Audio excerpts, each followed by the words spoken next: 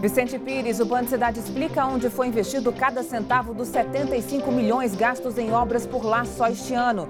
FGTS, começou hoje o saque para quem nasceu em fevereiro e março e não tem conta na Caixa. Caso Noélia, polícia prende vizinho da vendedora morta há uma semana. Os dois teriam um caso. Olá, eu sou a Carolina Vilela e começa agora o Band Cidade, primeira edição.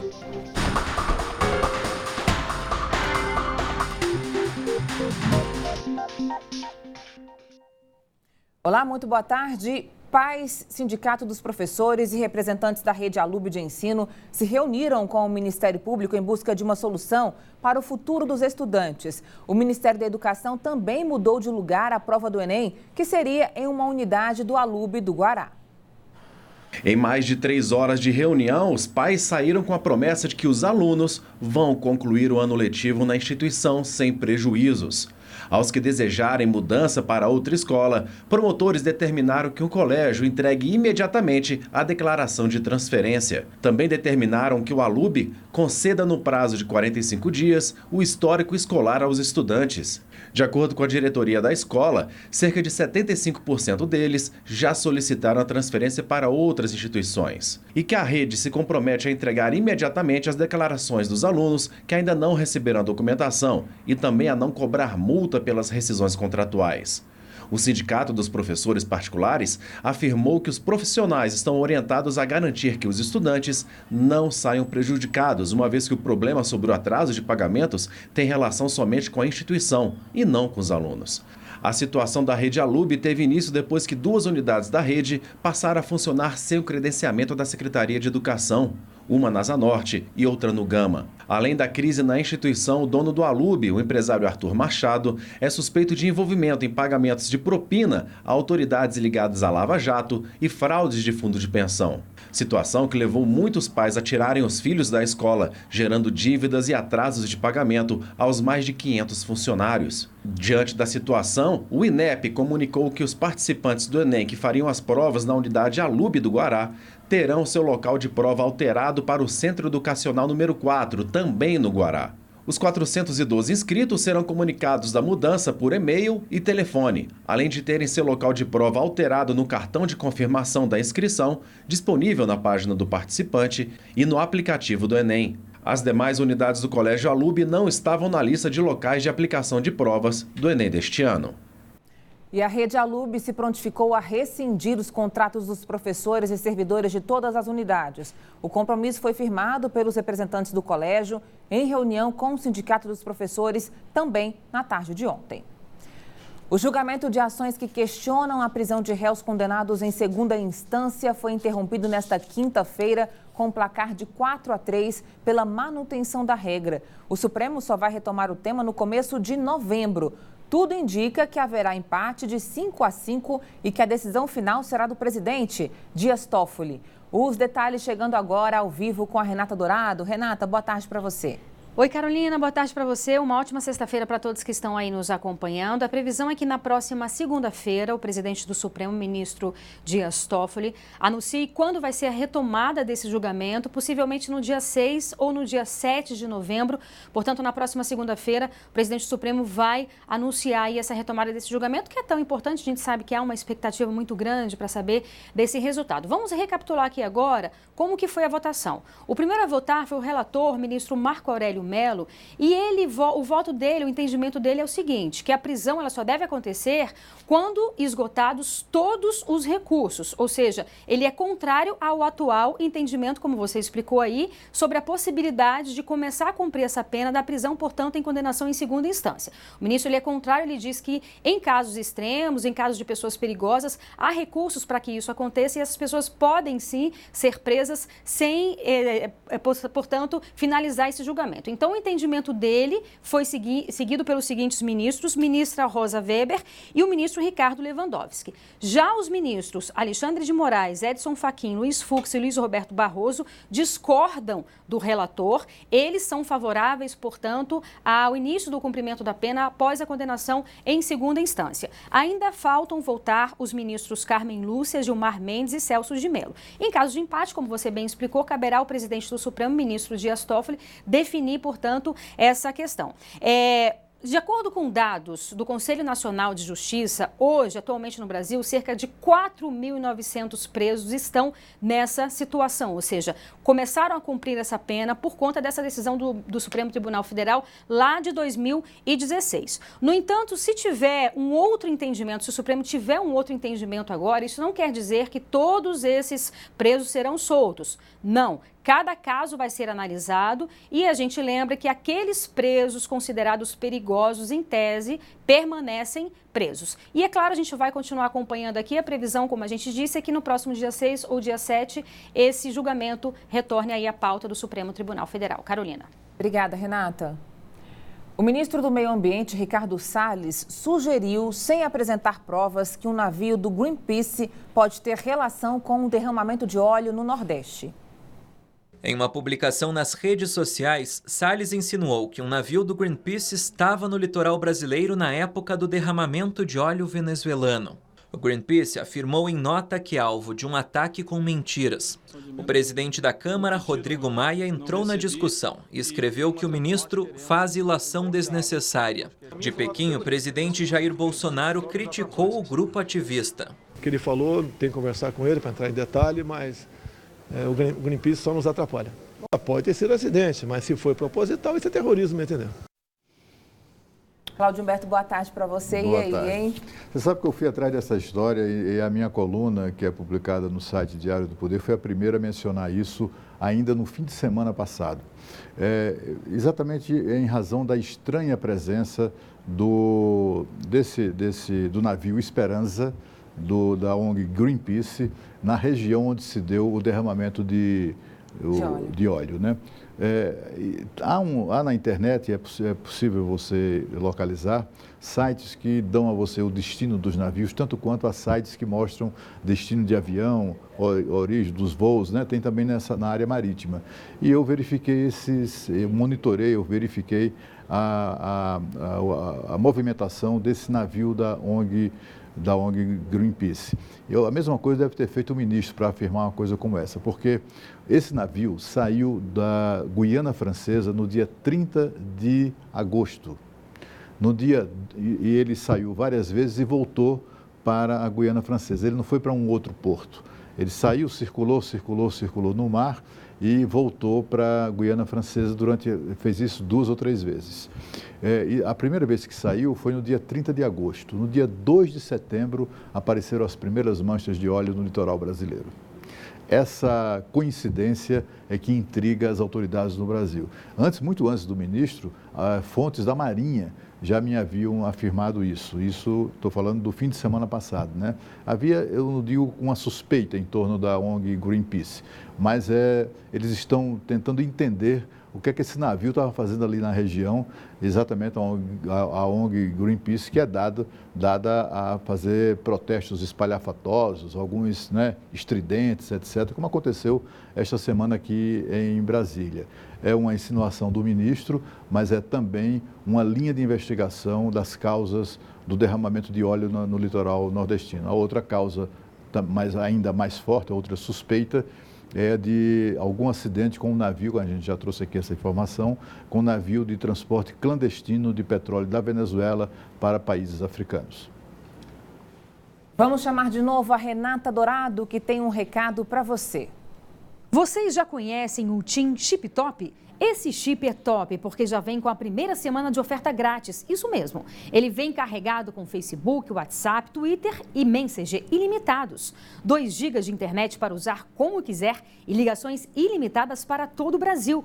É o único pré com redes sociais ilimitadas. Ativou o chip e pronto. Já sai aproveitando os benefícios por 2 semanas. Muito top, né?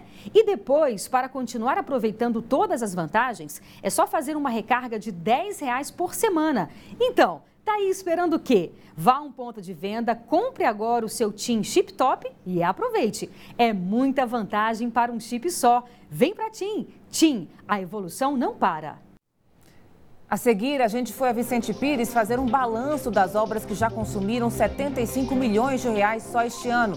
O que foi feito e o que falta fazer em um dos lugares que mais sofrem com a chuva.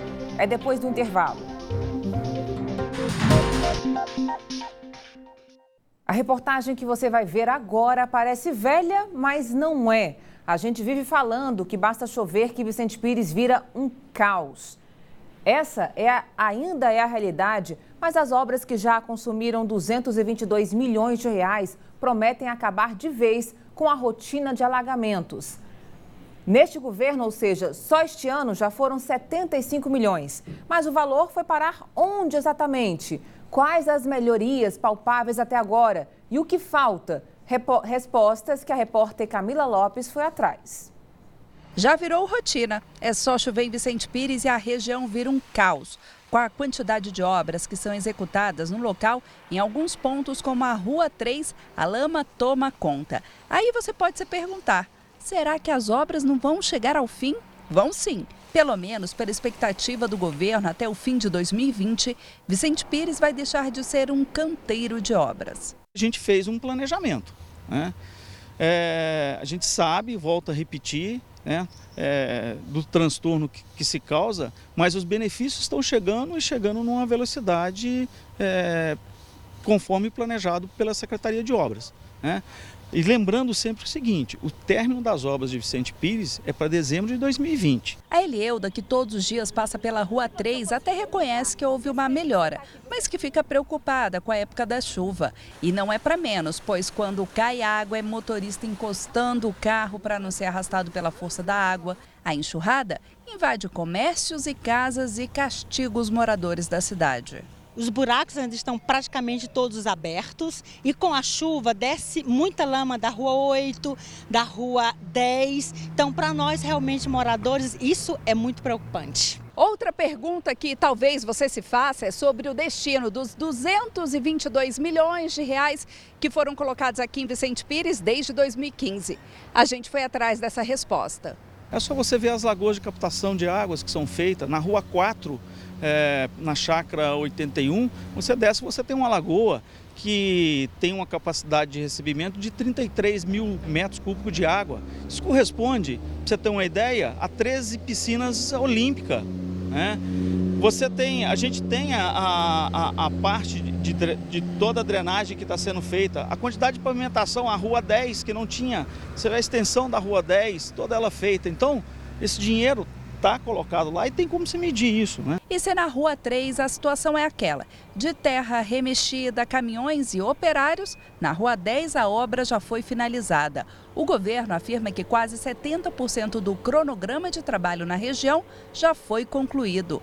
Agora o GDF pede aos moradores da região um pouco mais de paciência. E parece que a dona Silvia entendeu bem o recado e faz coro ao pedido do governo. Acho que foi uma cidade que não foi planejada, né? E que tudo está ocorrendo é para o bem da população, né? Pois é, tem que aguentar para ver se melhora mesmo, né? Mas assim, a boa notícia é que a lama de hoje é muito diferente da lama de anos atrás, né? Anos atrás era a lama do descaso, da falta de cuidado, da falta de iniciativas para acabar os problemas, para resolver os problemas de Vicente Pires. A lama de hoje, os buracos abertos de hoje, são abertos por trabalhadores, né? São abertos pelas máquinas que estão trabalhando.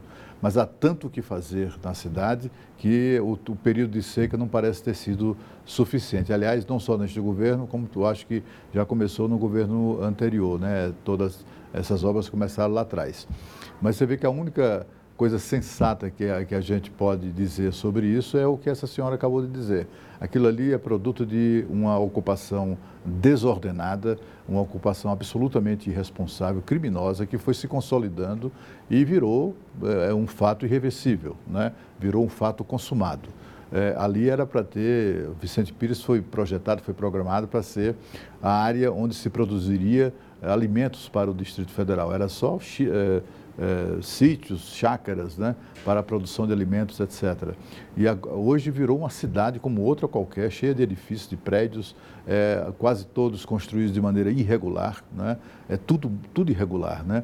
Há regiões em Vicente Pires que a água está a 1 metro de profundidade, aquilo ali não era de modo algum para ser área residencial, e, enfim, uma área urbana na qual acabou se transformando, né?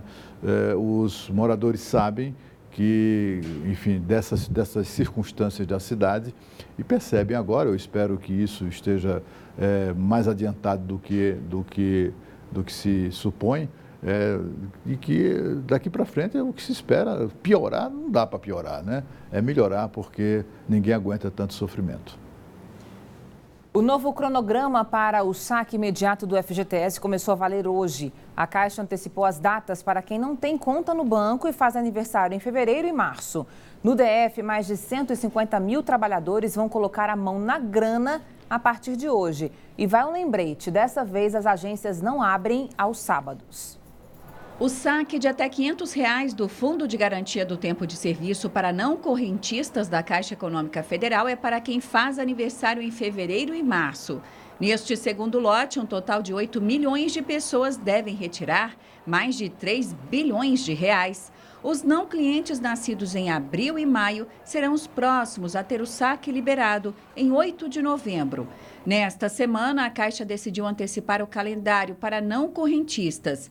Com a mudança, todos poderão fazer os saques ainda neste ano. O último lote sai no dia 18 de dezembro. Entretanto, a instituição bancária decidiu não abrir aos sábados, mas os horários estendidos continuam valendo. Hoje, por exemplo, abriu às 9 horas da manhã. Na próxima segunda-feira, os bancos também vão abrir às 9 horas da manhã e fecham às 4 horas da tarde. A medida provisória que autorizou essa modalidade do saque do FGTS é deste ano. O serviço começou em setembro para os correntistas da Caixa. Desde então, já foram sacados cerca de 16 bilhões de reais. O governo deu pontapé inicial para um ambicioso programa de qualificação profissional e geração de emprego. A novidade está no Diário Oficial de hoje e quem explica tudo direitinho é a Renata Dourado. Renata. Ô, Carolina, hoje cedo lá em Pequim, onde está, o presidente Bolsonaro falou sobre esse projeto, sobre esse programa. Então, o que ele explicou? É um programa voltado para pessoas que têm até 29 anos de idade e a partir de 55 anos de idade. Então, em tese, são aquelas pessoas que enfrentam maior dificuldade para entrar no mercado de trabalho ou se inserir ou voltar ao mercado de trabalho. Então, você tem aquele grupo de jovens que tentam aí o primeiro emprego, mas por falta de capacitação, o mercado não absorve. E tem também aquelas outras pessoas acima de 55 anos de idade que ou estão desatualizadas ou o próprio mercado tem um certo preconceito. Então, qual vai ser o foco desse programa? É capacitar essas pessoas. Então, foi publicado exatamente no Diário Oficial de hoje a convocação de empresas que queiram participar desse programa, desse projeto. E aí, essas empresas receberão recursos do governo federal. No entanto, elas só vão receber esses recursos, primeiro, obviamente, se comprovar que capacitaram essas pessoas. Segundo, se parte dessas pessoas conseguirem se inserir no mercado de trabalho e não só a inserção, mas se conseguirem permanecer até 4 meses, pelo menos, no mercado de trabalho. Aí sim essas pessoas vão receber. Então, no Diário Oficial de hoje, está publicado, esse aqui é um projeto piloto, então a ideia é capacitar, no primeiro momento, 800 jovens entre 18 e 19 anos, mas a ideia também é ficar estendendo esse programa para, ao longo de 2 anos, ele atender cerca de 100 mil pessoas, capacitar 100 mil pessoas. A equipe econômica ainda está aí elaborando, verificando as coisas e o projeto deve ser enviado ao Congresso Nacional no mês que vem. Carolina. Obrigada, Renata. Então, um programa aí para ajudar os jovens a se qualificarem, entrarem no mercado de trabalho? Então, Carol, a gente vê que nós falamos muito, né, nos desempregados, são 11 milhões e 800 mil desempregados hoje no Brasil, e as pessoas mal falam naqueles que estão chegando ao mercado de trabalho, né, e que nem são contabilizados ainda como desempregados, né. Essas pessoas precisam de ter oportunidades e esse projeto, o mérito desse projeto é exatamente esse, o de qualificar esses jovens que estão chegando no mercado de trabalho e qualificá-los para o emprego, né? E o programa é interessante porque, diferente do outro, que era o Pronatec do governo Dilma, que não funcionou, custou uma baba de dinheiro para nós todos e não funcionou, a diferença é que esse projeto agora, a empresa terá que demonstrar que aquele trabalhador contratado, aquele jovem trabalhador contratado, ele é produto daquele treinamento e qualificação, né? E a empresa também vai precisar garantir um mínimo de 4 meses de carteira assinada para se habilitar ao programa. É um programa muito interessante, tomara que dê certo, porque é tudo que os nossos jovens precisam, de oportunidade, né? E oportunidade com qualificação, melhor ainda. A seguir, preso acusado de matar a vendedora Noélia há uma semana. O Band Cidade volta já. A polícia prendeu o suspeito de ter matado a vendedora Noélia Rodrigues. Eles eram vizinhos e teriam um caso. Noélia foi encontrada morta em Vicente Pires na última sexta. Almir Evaristo Ribeiro, de 43 anos, foi preso em casa na manhã desta quinta-feira. Casado e pai de 2 filhos, ele mora na mesma rua da família de Noélia. A polícia chegou até ele depois de achar trocas de ligações nas contas telefônicas de Noélia. O documento mostrou que a mulher e o vizinho se falavam há cerca de 4 meses. A gente teve acesso aos extratos das ligações telefônicas dela, né? E nesses extratos foi verificado várias ligações realizadas entre ela e o autor durante esse período aí de 4 meses. Para a delegada responsável pelo caso, Noélia e Almir tinham um relacionamento extraconjugal. A família de Noélia disse não saber da relação. Já a esposa de Almir admitiu à polícia que sempre desconfiou das traições do marido. O esposo dela, num primeiro momento, não trouxe essa informação pra gente. A mulher do suspeito, depois de muita insistência, né, da nossa parte para que ela colaborasse com as investigações, ela acabou admitindo que desconfiava dessa relação entre eles. Um dia após a morte de Noélia, Almir chegou a mandar mensagem para o marido da vendedora para dar os pêsames à família. Ele mandou uma mensagem no outro dia dizendo que ele se sentia muito pela morte, até porque eles eram vizinhos, né? E sentiu declarou os pêsames, né? Que era um momento muito difícil, que eles estavam ali à disposição. Noélia foi encontrada morta numa estrada de terra em Vicente Pires na sexta-feira passada. O corpo dela foi achado com uma marca de tiro no rosto. Moradora do Sol Nascente e mãe de 3 filhos, ela não era vista nem falava com a família desde a noite de sexta, após sair do shopping onde trabalhava na Asa Norte. A polícia ainda não sabe o que teria motivado o crime. A morte de Noélia é investigada como feminicídio. Se confirmado, pode virar o 27º caso registrado no DF só este ano. Aqui na Band, você tem um canal direto para fazer denúncias, mandar vídeos e mostrar os problemas aí de onde você mora. É o WhatsApp do Band Cidade, então anote o nosso número 999769204. O Band Cidade Primeira Edição fica por aqui, vem chegando os donos da bola. A gente volta a se encontrar na segunda-feira, ao 12:30, hein? Bom fim de semana. Tchau, tchau.